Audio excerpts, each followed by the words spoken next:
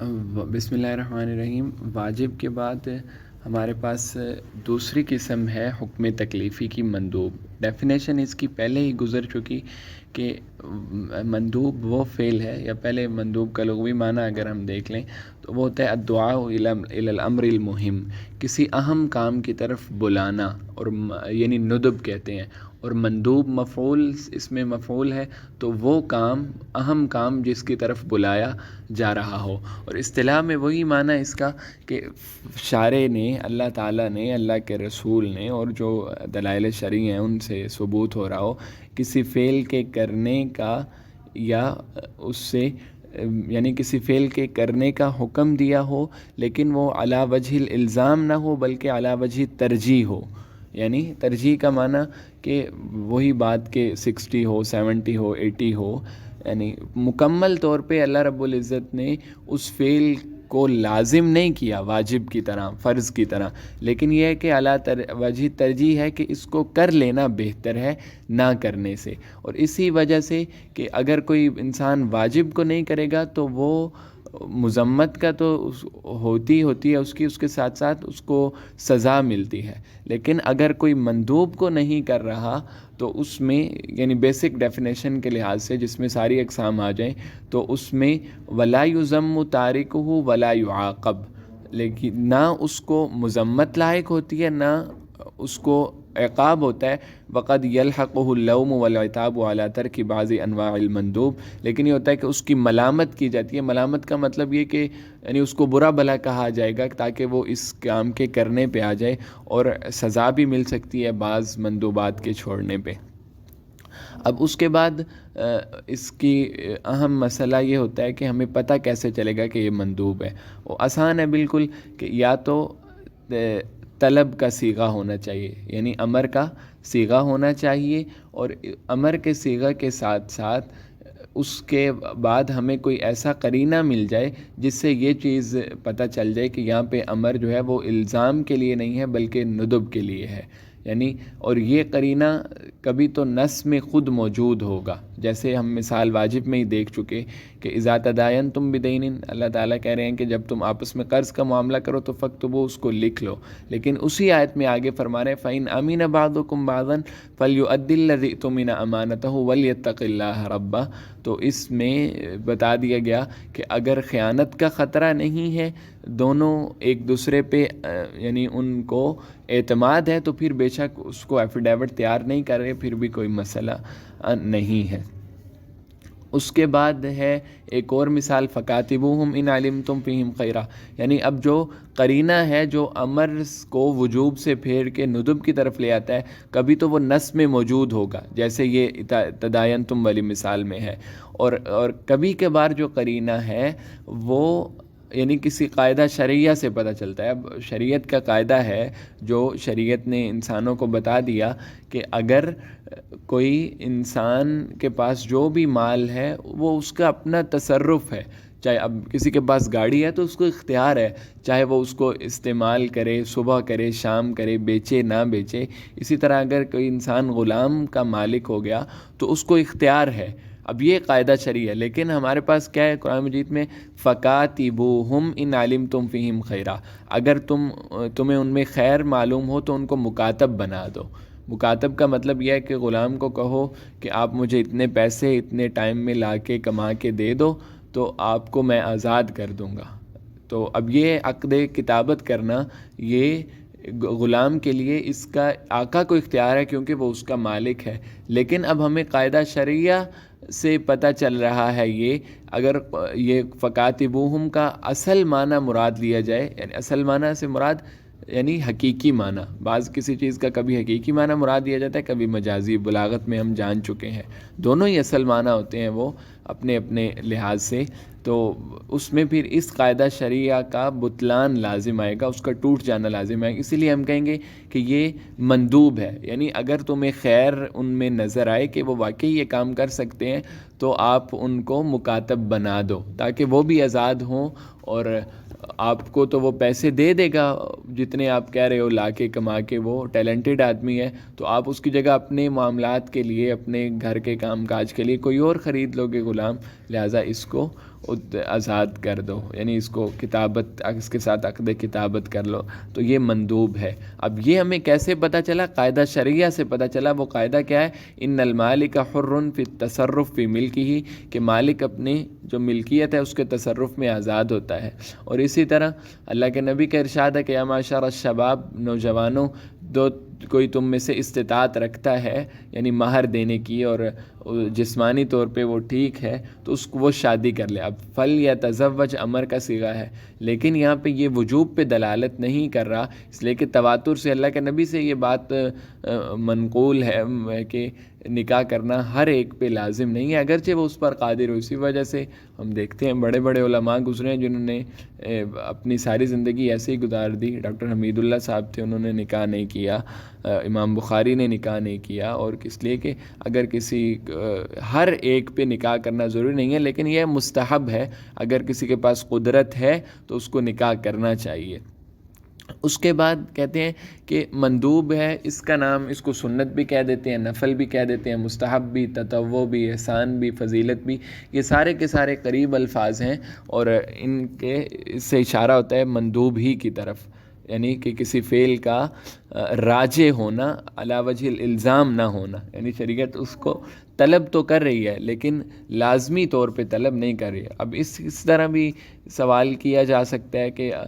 کوئی مندوب نہ کہے سنت کے متعلق بتائیے، سنت کیا ہوتا ہے، نفل کیا ہوتا ہے، مستحب کیا ہوتا ہے، تو ان کو ذہن میں رکھنا چاہیے۔ پھر کہتے ہیں کہ جو مندوب ہے یہ کوئی ایک ہی قسم نہیں ہے، اس کے مختلف مراتب ہیں، مختلف درجات ہیں۔ تو سب سے پہلا درجہ مندوب کا یہ ہے کہ ما واظب علیہ النبی صلی اللہ علیہ وسلم ولم یترکہ الا نادرا، کہ جس فعل پہ اللہ کے نبی نے مواظبت اختیار کی ہو، یعنی اس کو ہمیشہ کیا ہو اور نہ چھوڑا ہو، لیکن شاذ و نادر، کبھی کبھار بہت کم اس کو چھوڑا ہو، تو مندوب کا سب سے اعلیٰ مرتبہ جو ہے وہ یہ ہے، اور اس کو کہتے ہیں سنت مؤکدہ کہہ دیتے ہیں۔ اسی طرح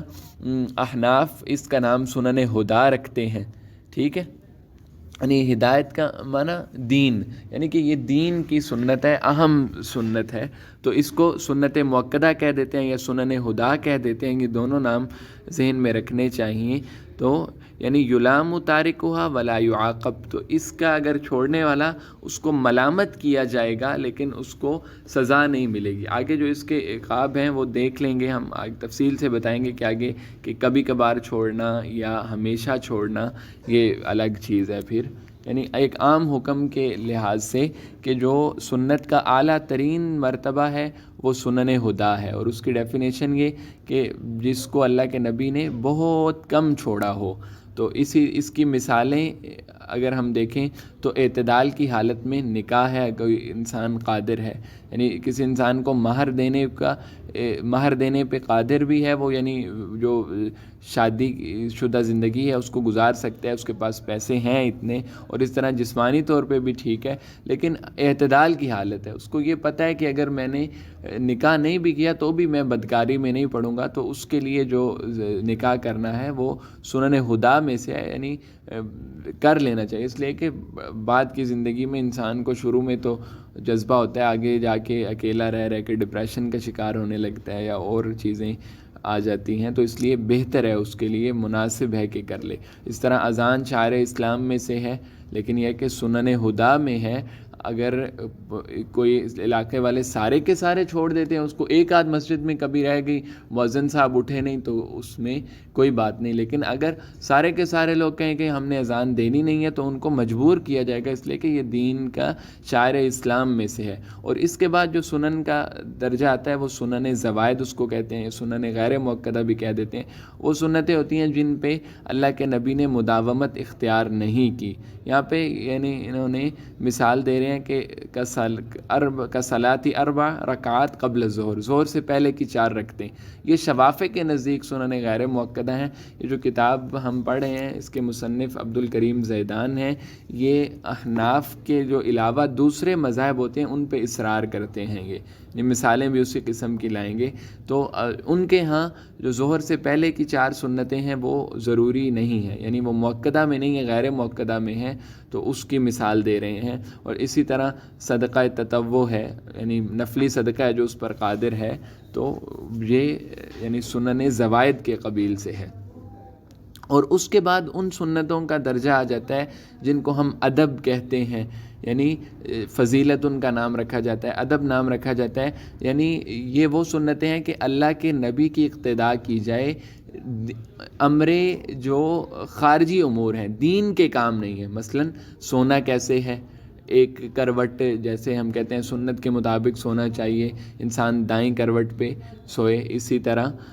اور کھانے کے متعلق اللہ کے نبی کی سنت یہ ہے، پینے کے متعلق اللہ کے نبی کی سنت یہ ہے. تو یہ جو امور دین نہیں ہے بلکہ ہر انسان کو یہ بطور انسان وہ کام لاحق ہوتے ہیں، ان میں اگر اللہ کے نبی کی اقتداء کی جائے تو یہ سنت کا تیسرا درجہ ہے، جس کو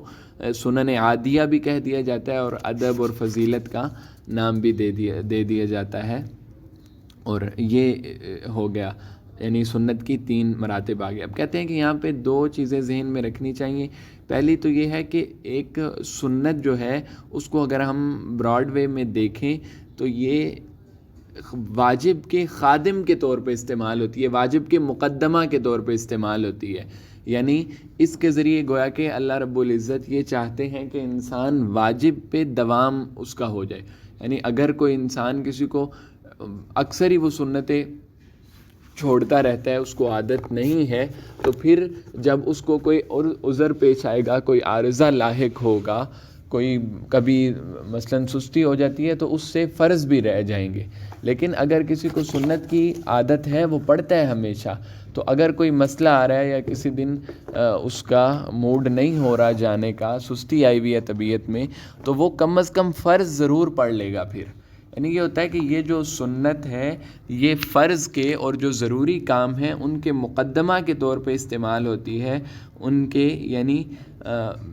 ان کے لیے ایک طرح کی یہ خادم ہوتی ہے تاکہ اس میں کبھی بھی چھوٹ نہ آئے، کیونکہ نماز کسی نے زندگی میں ایک بھی چھوڑی تو اس کی بہت بڑی وعیدیں آئی ہیں. تو لہٰذا ان سنتوں کو رکھا گیا ہے. یعنی یہ اگر ہم جس کو آبجیکٹیوز آف شریعہ کے پوائنٹ آف ویو سے دیکھ رہے ہیں کہ جو شریعت کے مقاصد کیا ہوتے ہیں کسی چیز کے لازم کرنے کے لیے، تو امام شاطبی جو ہیں یہ اندلس کے مالکی فقیہ ہیں، یہ بہت بڑے آبجیکٹیوز آف شریعہ میں ان کا بہت زیادہ کام ہے، موافقات ان کی بک بہت مشہور ہے. وہ یہی بات ذکر کر کے ہیں کہ المندوب اذا اعتبرتہ اعتباراً، اگر آپ مندوب کو دیکھو گے ایک عام لحاظ سے، وجدتہ خادما للواجب، تو آپ کو پتہ چلے گا کہ یہ واجب کا خادم ہے، یعنی واجب کے لیے یہ خدمت کا کام کرتا ہے. لأنه اما مقدمۃ له، اس لیے کہ یا تو واجب سے پہلے آ رہا ہے، تاکہ انسان کو اگر پتہ ہوگا کہ میں نے ظہر کی 4 سنتیں پڑھنی ہیں جو کہ سنت مؤکدہ ہیں احناف کے نزدیک، تو وہ مسجد میں پہلے آ کے بیٹھے گا، ٹھیک ہے، وضو پہلے کرے گا، اور اس کی جو فرض ہے یعنی جو نماز فرض ہیں 4 وہ بڑے اچھے سے ادا ہوں گے، مقدمہ اس لیے کہ وہ پہلے سے نماز کے لیے اپنی تیاری کر چکا. او تذکارم بھی، یا اس کے یاد دلانا ہوتا ہے، وہ چاہے اس کی جن سے ہو چاہے جن سے نہ ہو. اور دوسری جو چیز مندوبات کے بارے میں ذہن میں رکھنی چاہیے کہ یہ جو مندوب ہے یہ اپنے جز کے اعتبار سے یہ ہوتا ہے کہ اس میں علی وجہ ترجیح ہم کہتے ہیں، علی وجہ الالزام نہیں ہے. لیکن اگر کل کے اعتبار سے دیکھا جائے تو پھر علی وجہ ترجیح نہیں ہوتا، پھر علی وجہ الالزام ہی ہو جاتا ہے، مندوب واجب کی طرح ہی ہو جاتا ہے. مثلا ہم دیکھ چکے ہیں کہ نکاح کرنا، یہ اگر کوئی قادر ہے نکاح پہ اور جسمانی طور پہ بھی مالی طور پہ بھی، اس کے باوجود اس کو اختیار ہے، اگر وہ کرتا ہے تو مناسب ہے، نہ کرتا ہے تو اگر زنا نہیں کرے گا تو گناہگار نہیں ہوگا. لیکن اگر پوری کی پوری امت اس کو من حیث الامہ اور سارے کے سارے چھوڑ دیں تو یہ جائز نہیں ہے، یعنی اس میں پھر یہ مباح نہیں ہے، یہ مندوب نہیں ہے، بلکہ پھر واجب ہو جائے گا نکاح کرنا. اسی طرح اگر کوئی فجر کی سنتیں ہیں وہ ہمیشہ کے طور پہ چھوڑنے لگ جاتا ہے تو یہ بھی اس کو عذاب کی طرف لے جا سکتا ہے، یعنی اس کو سزا مل سکتی ہے. اور اسی طرح اگر کوئی، اللہ کے نبی نے اسی لیے فرمایا کہ میرا دل کرتا ہے کہ جو مستقل طور پہ ہی نماز گھروں میں اپنے ادا کرتے ہیں تو ان کو گھروں کو جا کے جلا دوں. تو گویا کہ اگر کوئی ایک آدھ انسان کبھی کبھار کوئی سنت اس سے رہ جائے چاہے مؤکدہ ہو تو اس میں تو اس کو جواز مل سکتا ہے، لیکن نہ ان کو ہمیشہ چھوڑنا چاہیے اور نہ ہی ان کا چھوڑنا ہر کسی کے لیے ہے، یعنی من حیث المجموع ہے۔ مثلا اب ہم پڑھتے ہیں کہ جو فرض نماز جماعت سے پڑھنا یہ کیا ہے، بعض ائمہ کے ہاں واجب ہے اور بعض کے ہاں مندوبات میں سے ہے، تو جن کے ہاں مندوب میں سے ہے ان کے ہاں بھی یہ مطلب نہیں کہ ہر کسی کے لیے مندوب ہے، بلکہ اگر کبھی کبھار کسی کو عذر پیش آ جائے تو وہ چھوڑ دے، یہ مطلب ہے اس کا۔ تو یہاں پہ اس کا حکم ایک بہت اہم ہے جو کہ بک میں نہیں ہے، اس کو سمجھ لینا چاہیے کہ سنن ہدا جو ہیں، سنن غیر ہدا کا تو مسئلہ ہی نہیں ہے نا، یعنی سنن عادیہ کہہ لیں، مثلاً عصر سے پہلے کی 4 رکعتیں ہیں، وہ اس میں تو پڑھنی چاہیے، بہت ثواب ہے، لیکن اگر کوئی نہیں پڑھتا تو گناہ نہیں ہے۔ تو سنن ہدا جو دائمی طور پہ اگر چھوڑے گا تو اس کو جو 3 قسم کے عقاب ہو سکتے ہیں۔ پہلا عقاب دنیوی ہوگا، یعنی دنیا میں اس کو کیا سزا ملے گی کہ وہ اس کی عدالت مجروح ہو جائے گی اور اس کی شہادت قابل قبول نہیں ہوگی، اس لیے کہ سچ بولنا اللہ کا حکم ہے، تو یہ بندہ اللہ کے دوسرے احکامات کی تکمیل نہیں کر رہا اور اس میں ہم اس پہ کیسے اعتماد کر لیں۔ تو یہ یعنی سنن ہدا اگر کوئی دائمی طور پہ چھوڑتا ہے تو وہ مردود الشہادہ ہو جائے گا۔ اور دوسرا اس کا جو عقاب ہے وہ آخرت کے لحاظ سے ہے، وہ یہ ہے کہ اس کو سزا تو ملے گی لیکن اس کی سزا واجب کے چھوڑنے والے سے کم ہوگی۔ مثلا اگر کوئی انسان دائمی طور پہ ہی فجر کی سنتیں جن کی اتنی زیادہ فضیلت ہے وہ پڑھتا ہی نہیں ہے، تو اس میں یہ ہوگا کہ اس کو جو سزا ہے وہ فجر کے فرض چھوڑنے سے کم ہوگی اس کی۔ اور تیسری جو سزا ہے وہ ہے کہ شفاعت کا محروم ہو جانا۔ ائمہ احناف کہتے ہیں کہ اللہ کے نبی نے بعض احادیث میں فرمایا ہے کہ جس کو مجھ سے شفاعت کروانی ہے وہ ظہر کی سنتوں کا اہتمام کرے، یعنی اس قسم کی اور احادیث آتی ہیں۔ تو لیکن کہتے ہیں کہ اور ائمہ حنفیہ نے یہ جو 2 سزائیں ہیں سنن ہدا کی، یعنی دنیا میں مجروح العدالت ہو جانا اور آخرت میں اس کا ثواب کم ہونا، احناف نے اس کی تصریح کی ہے۔ یعنی ائمہ حنفیہ کی عادت یہ ہے کہ وہ ہر مسئلے کو بہت ڈیٹیلڈ دیکھتے ہیں، یعنی اس کے ما لہ و ما علیہ ساری چیزیں، جیسے فرض میں بھی انہوں نے دلیل کو بھی دیکھا اور الگ قسمیں کر دی کہ اگر دلیل ظنی ہوگی تو واجب ہوگا، اگر قطعی ہوگی تو فرض ہوگا۔ اس طرح یہاں پہ بھی انہوں نے مکمل طور پہ تصریح کی ہے کہ اگر کوئی سنن ہدا چھوڑتا ہے تو اس کو مجروح العدالت ہوگا اور اس کا ثواب اس کو آخرت میں سزا ملے گی لیکن کم ہوگی اس کی سزا۔ اور یہ کس کا ائمہ احناف نے اس کی تصریح کی ہے، ھذا عند ابی حنیفہ عند الائمہ اربعہ، یہ ائمہ اربعہ کے نزدیک ہے، لیکن الحنفیہ صرحوا تصریحا، لیکن ائمہ احناف نے اس کی تصریح کی ہے، باقیوں نے اس کو اشارے کنائے میں ذکر کیا ہے۔ اور ایک تیسری سزا ہے سنن ہدا کے چھوڑنے پہ، وہ ہے شفاعت کا دلیل، شفاعت سے محروم ہو جانا اللہ کے نبی کی، اور اللہ کے نبی کی شفاعت سے محروم ہو جانا یہ بہت بڑی سزا ہے انسان کے لیے۔ ویسے تو پتہ نہیں ہمارے اعمال اس قابل ہیں، بلکہ یقیناً نہیں ہے کہ ہم اللہ کے دربار میں بخشش کے مستحق ہو سکیں، تو اس لیے جو یہ بعض حنفیہ کا مسلک ہے، اور جو ہمارے ٹیچر ہیں اصول الفقہ کے سر عبدالعزیز، وہ بھی انہوں نے بھی اس بات کو لکھوایا ہے کہ یہ دلیل صحیح نہیں ہے، بلکہ یہ بہت بڑی سزا ہے، اور اللہ کے نبی کا فرمان ہے کہ شفاعتی لأہل الکبائر من امتی، کہ جو میں شفاعت اپنی امت کے اہل کبائر کے لیے کروں گا، یعنی جو بڑے بڑے گناہ کرتے ہیں۔ تو یہ تو پھر جو سنن ہدا کا چھوڑنا وہ قتل سے بڑا تو گناہ نہیں ہے، اور اسی طرح زنا سے بڑا تو گناہ نہیں ہے، تو لہٰذا یہ جو تیسری جو بعض حنفیہ کا مسلک ہے، اگر کوئی سنن ہدا مستقل طور پہ چھوڑ جاتا ہے تو وہ شفاعت سے محروم ہو جائے گا، یہ اس انداز سے ٹھیک نہیں ہے، یعنی سب کا مذہب یہ نہیں ہے۔ باقی یہ کہ سنن ہدا کی اہمیت اپنی جگہ، ان میں احتیاط ہونی چاہیے اگر فرد کے لحاظ سے دیکھا جائے، اور اگر اجتماعی لحاظ سے دیکھا جائے تو اس کا چھوڑنا یعنی اجتماعی لحاظ سے ٹھیک نہیں ہے، یعنی یہ جو مندوب ہے علی وجہ ترجیح